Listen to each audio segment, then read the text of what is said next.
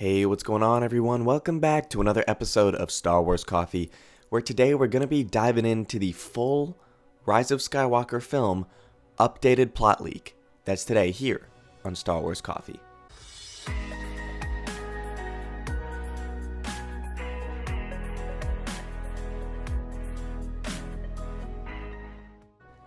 Welcome back to all of the returning subscribers, but if you're new to the channel and you're just finding me for the first time, be sure to hit that subscribe button, hit that like button on this video and any other video from the channel that you check out, and be sure to hit that notification bell not once, but twice, so that you're always notified the second a new video goes live. Alright, with that being said, these are the full updated Jedi Paxos plot leaks that we've been getting. These are the updated ones since the final trailer and since the reshoots have since finished. If you're one of those diehard Star Wars fans like myself and you want to see what the original film was like before the reshoots, be sure to go check out the original Act 1, 2, 3 overall plot leak and full movie on the channel before you come back and check this one out if you want to see the difference in those movies. Alright, with that being said, we're going to throw out a quick spoiler warning for anybody who doesn't want to know anything more about Star Wars: The Rise of Skywalker, the last film in the Skywalker saga. So if you don't want to know anything more about The Rise of Skywalker, this has been your spoiler warning. The Jedi Paxos disclaimer. Due to the fact that The Rise of Skywalker has gone through some reshoots, the film is currently being edited, and the basic nature of leaked information in general, I cannot guarantee that everything you read here will make the final cut of the film, just as I describe. My sources assume that the majority of the film has been outlined here and will more than likely consist of some combination of pre- and post-reshoot elements. That being said, there will undoubtedly be severally surprised unaccounted here for sure. That's just part of the nature of leaked information. What the final combination of story elements will look like when December rolls around is anybody's guess. Now it's the moment we've all been waiting for. Welcome to Star Wars: The Rise of Skywalker. Act 1. According to my sources, the scene of Luke and Leia training as Jedi are no longer in the opening of the film and may be entirely cut in lieu of favor of dialogue between Rey and the ghost of Luke later on in the film. The current opening is as follows. On Exegol. The film now apparently begins with a shot of the control tower rising from the ground of the planet. The control tower begins transmitting a signal. Some rumbling below the surface of the planet begins, and then the Star Destroyers of the Sith fleet break through the dark, rocky surface of the planet and rise into the air. Apparently this change was made to establish the fleet as a threat from the very beginning, as well as coordinate with the changes made to the back half of the film during reshoots. Forest planet bathed in red light. Supreme Leader Kylo Ren has been aware of a dark power behind his predecessor and former master, Supreme Leader Snoke. Kylo has been spending his time as leader of the First Order with the purpose of locating this power. General Hux and General Pryde have been following Kylo around on his quest and are beginning to get very frustrated with what they see as a fool's errand. They see this as a waste of First Order time and resources. When we catch up with the villains of our story, Kylo is leading an assault on this planet with the purpose of finding Darth Vader's Wayfinder device. The device reveals the coordinates with the unknown regions, and Kylo is confident that this will reveal the source of Snoke's power. Kylo Ren slaughters his way through the natives and is eventually led to the Oracle, who gives him the Wayfinder. According to my sources, the Oracle sequence has been removed from the film in wake of reshoots in favor of the following. Kylo walks towards a castle/tower described to me as similar in style to Vader's seen in Rogue One and finds the Wayfinder in a chest. Prior to getting the Wayfinder, Kylo has what is described to me as a split-second flashback to Luke and Han. What this means exactly is unknown to me, but my source made it clear that the voiceover and the flashbacks of this nature are very easy to drop in and out, so it's possible this may not make the final cut. Kylo then hears a voice that the audience should be able to identify as Palpatine, calling Kylo to come to him. Apparently Kylo natives is toned down a bit to provide a smoother transition between evil Kylo in the beginning and a good Ben at the end. I'm also told that the Oracle was removed because it's deemed too confusing for general audiences. The Resistance Jungle Base. Leia has picked up where her brother left off and has been helping Rey learn the ways of the Jedi. Rey is seen doing some meditative/mental force training, but is struggling with it. Reshoots have apparently amended Rey's mental training to be focused around trying to communicate with the past Jedi who have become one with the Force. In frustration, she asks Leia if she can do some physical training instead. This is when we see Rey doing the jungle and the Force in the D23 first look. It appears that Rey has more physical fortitude than she has mental strength. Reshoots have added a greater sense of anger in Rey during her physical training. In her anger, she cuts down a tree which falls on BB-8 and damages him. After her training, she tries to communicate with Luke, asking him to appear to her, but nothing happens. Rey gives her lightsaber to Leia, feeling that she is undeserving of it. The reasoning why this was added seems to be to establish Rey's struggle with anger and inability to commune with the dead Jedi earlier in the film, making her successes in the end over these struggles more impactful. The unknown regions on Exegol. After obtaining Vader's device, Kylo travels to the place specified by the Wayfinder. It takes him to the unknown regions and a dead planet of flat, black rock. I previously reported that the planets where Kylo finds Vader's Wayfinder was called Exegol. Since then, my understanding has evolved, and I've been told that this planet apparently actually bears that name. Kylo lands on a giant cube, floating just above the ground, and begins walking toward it. Kylo walks between the cube and the ground, and once he reaches the center, he discovers an elevator leading down below the planet's surface. He follows the lift down. As Kylo descends, he passes by giant statues, and finds an old man near death, lying in bed, being tended to by cloaked aides. Palpatine is apparently vertical on this bed. To me, it sounds similar to the kind of slab Vader was on at the end of Revenge of the Sith. My source believes these aides to be referred to as Sith loyalists. The old man identified himself as Darth Sidious. After his defeat at Endor, he left the known galaxy and traveled to the unknown regions to rebuild his empire. Palpatine orders Kylo to bring Rey to him and turn her, unifying forces of darkness. Palpatine also reveals that he has been amassing an armada of Star Destroyers equipped with Death Star tech, each one capable of destroying a planet on its own. General Hux and General Pryde are tasked with rounding up children in large numbers to train and staff his armada. The new version of this scene seems to put Kylo's volatility and anger front and center. Instead of more or less just having a conversation like before, Kylo now apparently threatens Palpatine point blank with his lightsaber after making his way over to him. Words are apparently traded back and forth between the two. It's been indicated to me that Palpatine does not refute that he died on the Death Star when challenged, but kind of responds to it in a yet here I am sort of way. This new knowledge now changes my belief that this is the real deal Emperor, and now makes me believe that this may be an issue left a little more on the open-ended and ambiguous side. The scene goes on to have Palpatine mocking Kylo's let the past die mindset and talks about how the past is the key to the future. I'm told Palpatine speaks of the Sith fleet being years in the making, and the Empire needed a leader to rule it. Palpatine also apparently tells Kylo of Rey's lineage during this conversation. All mentions of the dyad concept have apparently been scrubbed from the film at this point in time. The reason for this change is apparently similar to the removal of Oracle 2. Just confusing. It muddled what Sidious's goals were. The removal of the dyad concept apparently streamlined his motivations in Act 3. On the asteroid base, we pick up with Finn Poe on the Millennium Falcon, accompanied by a handful of unfamiliar alien characters, traveling to an icy asteroid base to meet with a First Order informant. This informant, an alien, is acting as middleman between the First Order and a mole of our heroes. I'm told that this contact's name is Bulio. The name has since been associated with the character first seen here. Bulio gives them some sort of data encoder with information on it. The First Order arrives and begins attacking the base. The assault causes forcing our heroes to make a hasty exit by what was described as springing away.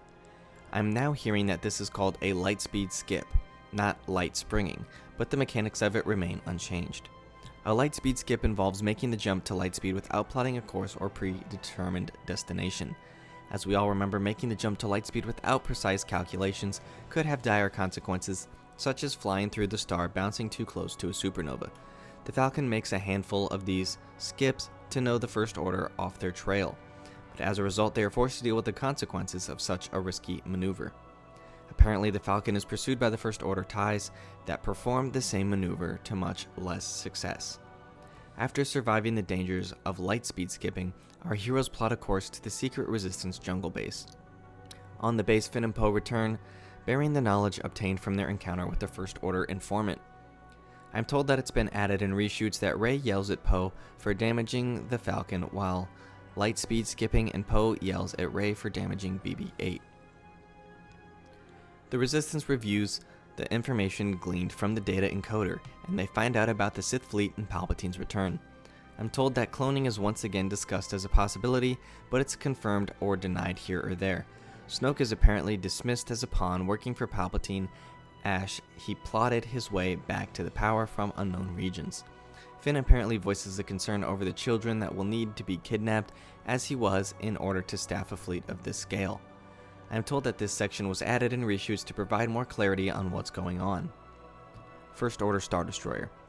A room full of high-ranking First Order officers are gathered. Hux and Pride are among them. Bulio's head is apparently thrown onto a table. Kylo states to the room that he knows there is a spy within the First Order. Kylo seems to be okay with this because it will draw Rey out of hiding. I'm told that one officer suggests that the Sith fleet cannot be trusted, and this officer is subsequently choked, shoved into the ceiling, and dropped to the floor by Kylo. I'm told that this was added to give more clarity to the dynamic between the First Order and the Sith fleet. It also establishes that Kylo is still the one calling the shots within the First Order and answers the questions of what happened to Poe's contact. The Resistance Jungle Base.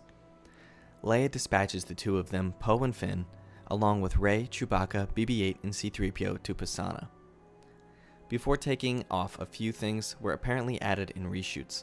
Leia gives Rey her lightsaber back, and Maz gives Rey a little pep talk before she leaves. Rey tells the crew that Luke left behind some notes and coordinates with the Jedi text she stole from the tree library on Ahch-To that describe a Sith artifact that might help them. One of my sources say that they go to Pasaana to seek out a hermit that Luke knew. Pasaana. When our heroes arrive on the planet, they discover a giant festival is going on. This festival is apparently identified by 3PO as the Aki-Aki celebration and happens once every 42 years. We already know that the species seen on Pasaana Desert is called the Aki-Aki, so I think it's likely a descriptor, not the name of the festival itself. What they thought would be an easy mission has now turned into a much more complicated affair. They attempt to lay low, to blend in. Unsurprisingly, Chewbacca struggles with blending in because it's very difficult to hide a 7-foot Wookiee from prying eyes. Rey encounters an alien in the crowds who takes a liking to her, presenting her with handmade necklace as a gift. She's asked her name and she responds, Rey. When asked for her family name, she replies that she does not have one. I'm now being told that it's a child that gives the necklace to Rey.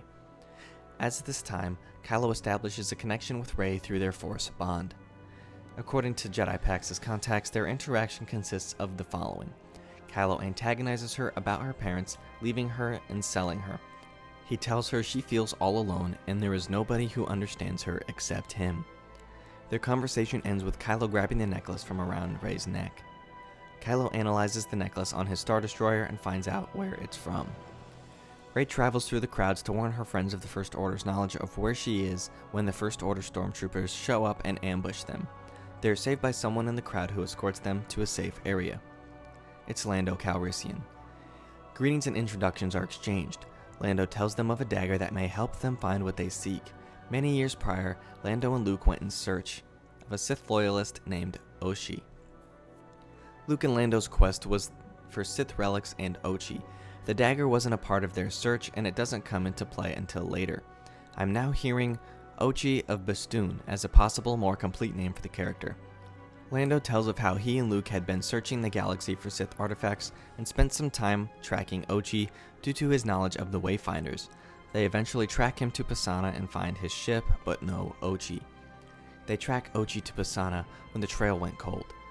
When met with the question of why he never left the planet after the search for Ochi ended, Lando tells them that he had a young child at the time of his and Luke's quest.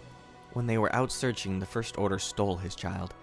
After having failed to protect his child from the First Order, Lando and Luke parted ways and he stayed on Pasaana ever since. Apparently, Lando believes that the First Order had a goal of turning the children of the heroes of the rebellion into their own enemies as a form of revenge. The story strikes a chord with Finn, having been stolen from his own family at an incredibly young age.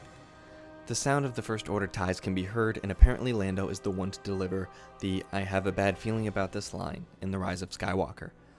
Lando points them in the direction of the last known coordinates of Ochi's ship, where the trail went cold all those years ago, wishing them luck succeeding where he failed all those years ago, and decides to sit this one out. A source told me he says no, that he himself is a relic and now belongs in the desert. That's not a direct quote from the film, just a direct quote from the source. Our heroes follow the trail that Lando pointed to them. The resistant group flees the area on speeders.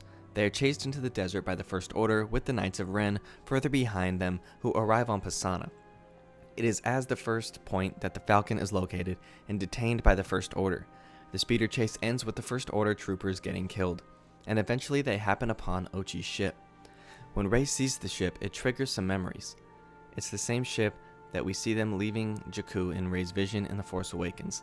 Before implications of this can sink in, the ground beneath them gives out and the crew gets sunk below the surface of the sand. They find themselves in a series of underground tunnels where they discover the remains of Ochi and the Dagger. It is discovered that Ochi was not just a Sith loyalist, but a Sith assassin. Rey feels a very strong connection to the weapon, but can't quite articulate it. They find the dagger among the remains, and Rey recalls that it was the tradition for Sith assassins to inscribe secrets on them. The dagger has writing in a language that nobody can identify. It's then handed over to 3PO, who identifies the writing as a Sith language, but he reveals he is unable to translate the writing due to restrictions in his programming. According to the updated information, C-3PO can read it. He knows what it says and tells the Resistance crew that it reveals the location to a wayfinder. However, his programming forbids him from providing a literal translation of the text. Chewbacca takes possession of the dagger and the group's attention shifts to finding a way out of the caves. During their escape attempt, the team runs into a giant, very aggressive sandworm, who presumably created the tunnels. A battle with the sandworm ensues, and our heroes are backed up into a corner, preparing to meet their fate when Rey notices a detail. The worm is injured. In a display of previously unknown power, Rey is able to heal the worm's injuries, satiating the worm, providing the heroes a chance to get the escape that they desperately need. Once the crew exits the cave system, they see the First Order Star Destroyers in the sky and know that Kylo Ren has found them. Once they realize, they correctly reason that the First Order would have already taken the Falcon, making the plan of escape impossible. In an act of desperation, the crew boards Ochi's ship and attempts to get it working. Rey senses that Kylo is coming for her, so she takes off on her own to confront him and buy her friend some time. This is where the TIE Interceptor flip sequence from the first teaser takes place. While Kylo and Rey are engaged, the Knights of Ren and the First Order head to Ochi's ship and our other heroes. Chewbacca splits off from the crew and attempts to delay the Knights, but is captured. The dagger is taken from him and he boards a First Order prisoner transport. Rey and Kylo both notice Chewbacca being taken captive and being brought to a transport ship during their confrontation. As the ship takes off, Rey shifts her attention from Kylo to her captured friend and begins to use the Force to stop the transport and pull it back to the ground. Kylo attempts to counteract this by pushing the ship away. Control over the ship becomes a battle between Kylo Ren and Rey, much like their battle for Anakin's lightsaber in The Last Jedi. Kylo begins to gain the upper hand, which angers Rey. In her frustration, lightning shoots from her hand, destroying the transport ship and killing all its passengers. Devastated by what she just did, Rey collapses. Some additional footage has been added of both Kylo and Rey's reactions to drive home the sense of shock and denial of what has just happened. While all this is transpiring, Poe, Finn, 3PO, and BB-8 get Ochi's ship in the air just in time to fly over to pick up a distraught Rey. With no Lando, no Falcon, no Dagger, and no Chewbacca, our heroes limp away from the desert planet on Ochi's ship. An additional scene was shot where they find out that they do not have the possession of the dagger because Chewbacca had it, but all it's lost because 3PO has the message in his stored memory. A plan to hack 3PO's programming restrictions is formed and they set course for Kijimi. BB-8 finds and reboots D-O and Ochi's ship. Act 2. The heroes of the Resistance make their way to the snow-dusted planet on Kijimi to execute their plan to discover what secrets the dagger held. The Resistance team arrives on the planet and bump into Zoe Bliss and her crew. She reveals that Poe has a colorful past, once functioned as a spice runner and still owes her money. A quick skirmish occurs where Rey gets the upper hand and Zoe agrees to bring them to Babu Frik. To hack 3PO's programming to read the Sith dagger. I'm told we have a quick cut this point back to Kylo where we find out the Knights of Ren have tracked the Resistance team to Kijimi. Babu Frik tells everyone that he can unlock the message to be read, but in doing so, 3PO's memory will be wiped. Still reeling from the loss of Chewbacca, the heroes argue about finding another way to get the job done. But in an act of self-sacrifice, 3PO voluntarily consents to the modifications, knowing that the droid we've all known for years will essentially die. According to the Jedi Pax's source, this scene is reportedly one of the most emotional scenes in the film. Babu Frik completes the hack and 3PO is now able to read the inscribed message on the dagger. This translated text points them to the location of the Emperor's own wayfinder. Having served this purpose, 3PO's memory wipe begins and he shuts down, giving him the red eyes. Once the memory wipe is complete, 3PO reboots with a completely empty memory. Zori and Poe reminisce about old times, sometime around or during the 3PO sequence. I'm told that there is some lingering connection there, even though they had some sort of falling out in the past. Poe tries to convince Zori to join them. She turns him down, but she understands the good in what Poe is trying to do and gives him a First Order Captain's Medallion as a gesture of goodwill to help get them through the First Order security. She had been saving to buy this medallion on the black market as her ticket off Kijimi and away from her spice-running days, but instead gives it to Poe. Kylo's Star Destroyer arrives on the planet and Rey senses that Chewbacca is indeed alive. This is the motivation for the crew to go up to Kylo's ship, not retrieving the Falcon. Kylo spends much of this time antagonizing Rey. Some of this conversation revolves around her parents and the truth behind the dagger. It was once used to murder her parents. Many years ago, Ochi was sent to murder Rey's parents, who were trying to hide Rey from the galaxy. Ochi succeeded, leaving her parents as nobodies to be forgotten by that galaxy. Where Ochi failed was with Rey. He could not find her, so he left her behind on Jakku. This is what Rey remembers, the ship leaving in the wake of her parents' murder, not her parents abandoning her. Rey lashes out at Kylo during this bond, and their lightsabers clash. Having gotten everything he needed from Rey during this session, he cuts off the bond. As Kylo makes his way down to the planet, our heroes make their escape.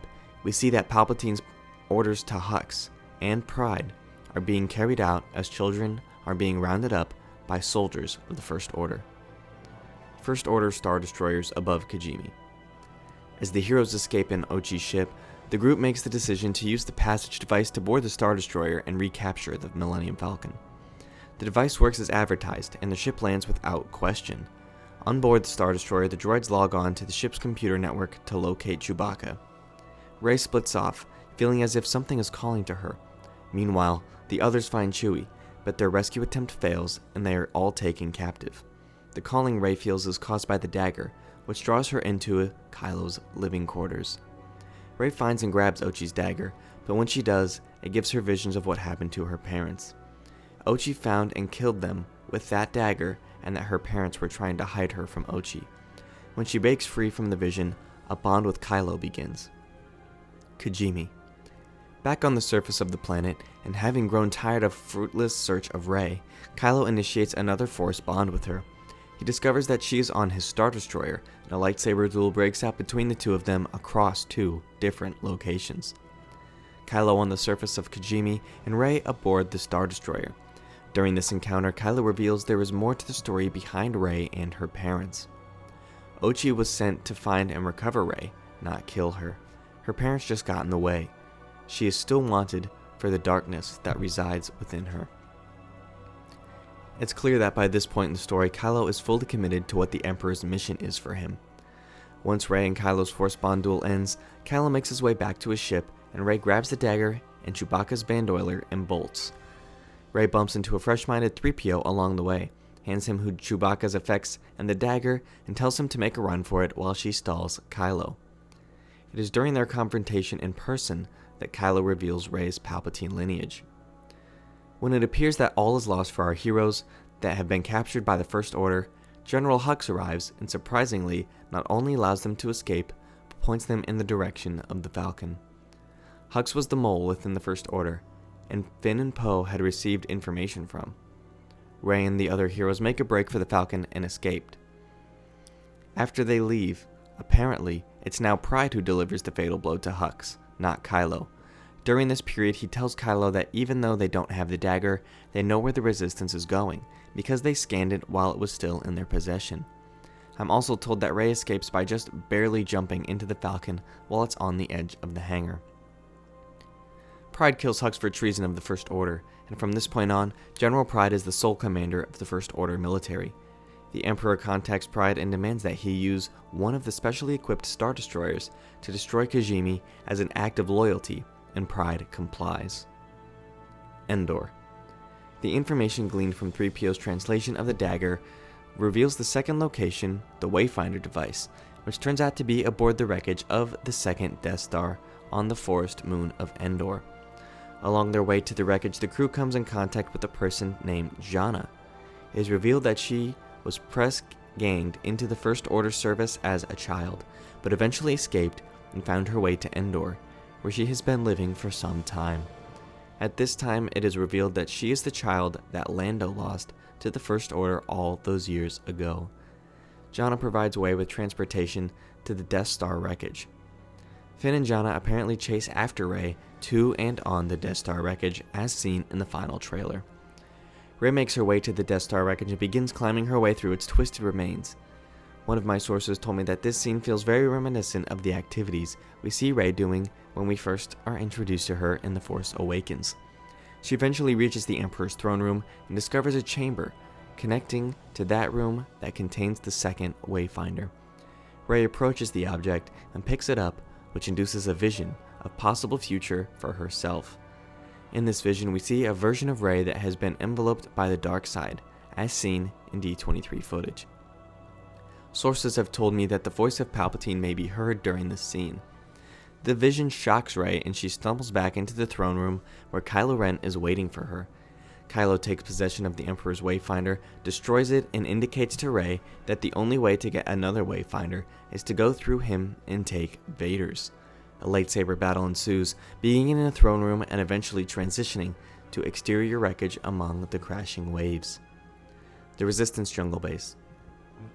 Off in another part of the galaxy, while Kylo and Rey clash sabers, bright light in the universe begins to fade. Leia is dying. Evidently, Luke's appearance to Leia before her death has been cut out. I'm told that this was just voiceover, so it wasn't difficult to do. But it's gone at the moment all the same. Although there doesn't seem to be any sign of Luke during Leia's death, I'm told that R2 is with her in her final moments. This scene and Rey, Kylo's fight on the Death Star are cut back and forth. Endor. As their battle rages on, both Kylo and Rey sense the death of their respective mother and mentor. I'm told that Palpatine senses her death too, making him more confident that Rey now has nobody to turn to but him. Sometime around here, Palpatine orders Kijimi to be destroyed as the first ships of the Sith fleet reach deployment altitude. They both react, but Rey recovers from the shock sooner and leverages the moment to take Kylo's weapon from him and stab him through the chest with it. In the aftermath of their concluded duel, Rey declares to Kylo that she will never be like him and fall to the dark side. She exercises her newly found healing ability to save Kylo from death, steals his ship along with Vader's Wayfinder device aboard it, takes off, leaving her enemy behind. After Rey leaves the forest moon, the remainder of the Resistance crew boards the Falcon, along with their newly found ally Jannah, having spent the duration of Rey and Kylo's fight repairing the ship and return the hidden base on the jungle planet. Broken and defeated, Kylo Ren remains on the wreckage of the second Death Star, where he is visited by a vision of his father. Han speaks to his son, telling him that it's never too late to return to the light and make the right choice. The conversation has a profound effect on Kylo, and in a symbolic gesture, he discards his lightsaber and walks away from the darkness and the identity of Kylo Ren. Act 3. Ahch-To. I'm being told that Rey's interactions with Luke have been completely reshot. My knowledge on the specifics are sparse at best, but I'm told that the overall message and tone remains the same. Following her experience on the Death Star, Rey returns to the island on Ahch-To. Throughout the course of the film, she is given into her aggression, nearly killed her friend by unleashing a stream of lightning on a ship, learned that she is the descendant of the Sith Lord, who reduced the Jedi to numbers they have yet to recover from, even half a century later. Saw a vision of herself as a servant of darkness and stabbed her enemy through the chest in anger. Her most recent encounter with Kylo was the last straw, and Rey has now made the decision to follow the example set by Luke and exile herself on the island where the Jedi began. Rey scuttles the ship she stole from Kylo and throws the repaired lightsaber originally constructed by Anakin Skywalker in after it. The ghost of Luke Skywalker appears to Rey. holding the weapon she just discarded. Luke's conversation with Rey is said to be encouraging, yet realistically grim in tone. Luke knows firsthand what it's like to face Palpatine, and that it's not an easy task. Rey must confront Palpatine in the same way that Luke once had to confront Vader. Luke encourages Rey by telling her of the faith Leia had in her. She saw the potential within her, and hoped that Rey would be able to restore the balance of the Force, and more just as Anakin once did. Rey supposedly asked to speak to Leia at one point, but Luke responds by telling her that Leia has not yet completed her training, and he cannot yet feel her distinctive consciousness within the Force. I'm also being told that one change that has come about is that it's made clear that Luke and Leia both knew of Rey's heritage. This knowledge contributed to Luke's hesitancy to train her. But in the end, it's about your heart and not your genes that really matter. The former opening flashback of the film has been moved here, but as far as I know, we are no longer going to see it happen, but instead have the story of Leia's last day of training told to us by Luke. A source tells me that it's stated in this scene that Leia gave up the Jedi path because she had a vision that her child would die, and she sought to prevent that. Luke apparently goes on to say that Rey inspired Leia to pick up the path of the Jedi once again, and now 1,000 generations live in you, as the first teaser said. By the end of their conversation, Rey is re-energized for the seemingly insurmountable task that lies ahead, and agrees to leave the island. Having destroyed the ship she used to come to Ahch-To, Luke raises his own X-Wing, previously seen submerged in the coves of the island, to allow Rey to face Palpatine. In addition to the starfighter, Luke gifts Rey with a lightsaber that once belonged to Leia. Apparently, Luke kept Leia's saber with his personal effects, and he tells and shows Rey where to get it. Rey boards the X-Wing, armed with the coordinates for Palpatine's location obtained from Vader's Wayfinder, and leaves the planet. The Resistance Jungle Base. After returning to the jungle base, several things happen. After seeing a sacrifice made by 3PO, R2 reveals that he has a backup of 3PO's memories in his archives, and is able to restore the droid to a mostly whole state. My sources believe that the backup memory to have been created sometime around the time of The Force Awakens. It's an older 3PO, but it's better than no 3PO at all. The Resistance crew finds out about Leia's death once they arrive on the base. There was apparently much mourning from the whole team, especially Chewie, who cries. Lando re-enters the story, having changed his mind, coming to the jungle base and wanting to help however he can. Seeing that everyone is at loss for what to do, Lando tries to give Finn some hope. Previously, Rey transmitted coordinates to the Resistance, but this appears to have changed. I'm being told that Finn reveals information from D.O. that leads to Exegol. With D.O. having been found on Ochi's ship, the Resistance discovers that Ochi visited Palpatine long ago when he was first given the mission to capture Rey, and D.O. can tell them how to get back there. The Resistance mobilizes, readying themselves for the impending conflict. I'm told that the Resistance takes off one direction while the Falcon goes another.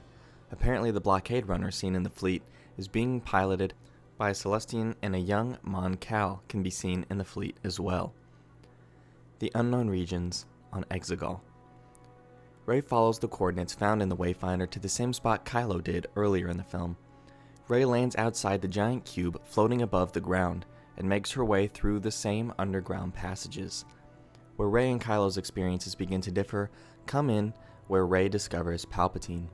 Palpatine is in the same chamber that Kylo discovers him in, but in a huge open-air arena, surrounded by Sith loyalists in dark cloaks in the grandstands.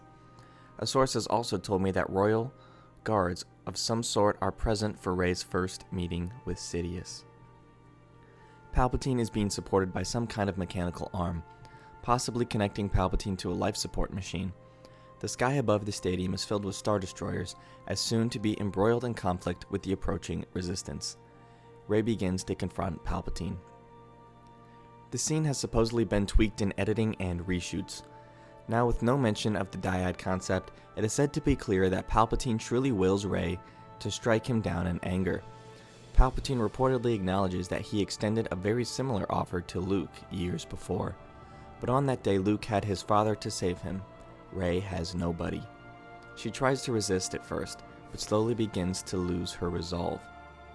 During their conversation, Sidious reportedly confirms Rey's lineage and goads her to take up a lightsaber and strike him down, very much like how he encouraged Luke to do the same thing 30 years prior, telling her that the only in killing him will she gain the power needed to save her friends. Palpatine also apparently makes statements alluding to the belief that Vader could not betray Luke due to their familial bond, and the same kind of bond would ultimately cause Rey to do what the Emperor wishes. As the battle between the First Order and Empire and the Resistance rages in the skies above them, Rey gives in to the Emperor's commands and decides to strike him down. Through means that are still a bit foggy to me, Ben Solo was able to leave the wreckage of the Death Star and his former persona behind and travel to Exegol with the purpose of joining Rey to help face down Sidious. Before leaving the Death Star wreckage, Ben abandoned Kylo's lightsaber, so now he's walking into a war zone with no weapon. When he arrives on the planet, he encounters the Knights of Ren, who are guarding the entrance to the arena where Rey and Sidious are. Ben killing the Knights of Ren with only the Force has apparently changed. As it's being told now, he initially gets beat up by the Knights without a weapon. After doing this, he enters the arena as Rey is about to strike the Emperor. As Rey is about to kill Palpatine, as she realizes she sees no way around this, she senses Ben at the last moment. She realizes that she's not alone and initiates a Force bond with him to pass off one of her lightsabers to him. Rey apparently takes out the guards with Leia's saber while Ben uses Anakin's to dispatch the Knights of Ren. They reconvene to face Palpatine together. Seeing Ben arrives pleases Sidious. Palpatine then uses his power to bond them together and begins to siphon power and direct it into himself. As their power flows into him, the once silky and decrepit Palpatine stands tall and strong once again, restoring himself to a much younger, healthier state. My source on this tells me that it looks clear to them that it was Sidious's plan for Rey to kill him, take over and carry on his legacy, but sucking the life out of him and rejuvenating himself was his contingency plan. The skies over Exegol. While all this action is happening on the ground, much more explosive events are happening in the sky. The Resistance and the First Order are locked in battle. The details I have on what happens during this branch of the plot are a bit sparse at the moment, but here's what I have been told. The Resistance arrives, and they are confronted with hundreds of Palpatine's Sith Star Destroyers. The Resistance first target is a control tower, the same one seen in the opening of the film, that sends out a signal to the Sith fleet on how to navigate out of the area. Once the First Order notices this, Pride transfers the signal to his flagship instead. I'm told that this enables the signal to be bounced around from ship to ship, making it impossible to stop. The Resistance decides to assault Pride's destroyer to knock out its control tower. At one point during the battle, Finn and Janna, joined by others, but exactly who is not clear, land on Pride's flagship to destroy it. They recognize this as essentially a suicide mission, but Finn and Janna in particular see the price they may have to pay in order to prevent more children from being abducted like they once were. I'm told that this assault has the feel of a D-Day style landing, using creatures Janna has been riding in promo shots against the Sith Troopers. The Troopers allegedly put up a fight, but the good guys eventually win, knocking out the tower. While the Resistance is taking heavy losses, Pride announces that they will simply transfer the signal to another ship and carry on. Exegol. Having returned to full strength, Palpatine then shoots lightning into Ben, forcing him to fall into a bottomless abyss, never to be seen again. Sidious then shoots lightning into the sky at the Resistance ships. This reportedly shorts the ships out, leaving them essentially dead as the water as it once were. He reportedly continues to make statements about how Rey will join him. Rey reportedly lies on the ground and begins to concentrate, calmly but hard. She reaches out to the Force asking for help, and she finally begins to commune with the Jedi of the past. I'm being told that among the voices that she hears during this time are Obi-Wan, Ahsoka, among others, although these are the only names I've specifically been told, and finally, Leia. In defiance of this, Rey grabs both Anakin's and Leia's lightsaber, and Palpatine turns his wrath on her. It's lightsaber versus lightning at this point. Force ghosts are no longer seen in the scene, but it's supposedly indicated that the Jedi of generations past are with her in spirit, overpowering the Emperor, deflecting his lightning back toward himself, killing him and unleashing an explosion powerful enough to make the arena start to crumble around them. Darth Sidious, the last of the Sith Lords, is finally dead. The Resistance ships come back online following Palpatine's death, and they continue fighting against the Star Destroyers. Lando shows up in the Falcon with reinforcements from across the galaxy. Zorii appears to be among them. There is apparently mention of the First Order interference with the Resistance signals on Crate, and not allowing responses back through, but they heard the call for help loud and clear. Finn fires the Star Destroyer's own cannons at the ship itself, destroying it before the signal can transmit to another Star Destroyer. Without the power to navigate, the fleet begins to crash into itself. At this same time, Finn and Jannah complete their mission and succeed in destroying Pride's flagship. The two are prepared to go down with the ship, but are rescued at the last second by the Falcon. Rey escapes the crumbling arena. The Resistance jungle base. Having won the day, the survivors of the battle regroup at the jungle base and celebrate. What follows is apparently celebration across the galaxy, once again mirroring what is seen at the end of Return of the Jedi. I'm told that Poe attempts more than friends insulation with Zorii, but is rebuffed in a moment that is played for a light laugh. Tatooine. For the end of the film, the heroes then travel to where everything began, the desolate sand-swept planet of Tatooine. Between defeating Sidious and this moment, Rey has disassembled Anakin and Leia's lightsabers and used their components to construct one of her own that I'm told contains a golden yellow blade. Rey buries the leftover pieces beneath the Tatooine sands at the site of the Lars homestead. As Rey turns to join Finn, Poe, Jannah, Chewie, R2, 3PO, BB-8, and D-O, a stranger calls out to her. The stranger apparently speaks of how nobody has been seen around this land for a very long time, and asks Rey for her name. This is the second time in the film that this question has been posed to her, but unlike her response on Pisana, Rey decided who she is. She gives the name Rey Skywalker, to the stranger, adopting the name of her masters and revealing the primary meaning of the title of the film. Rey joins her friends as they took off into the distance at the horizon of the desert planet and watched twin suns set on a universe filled with hope.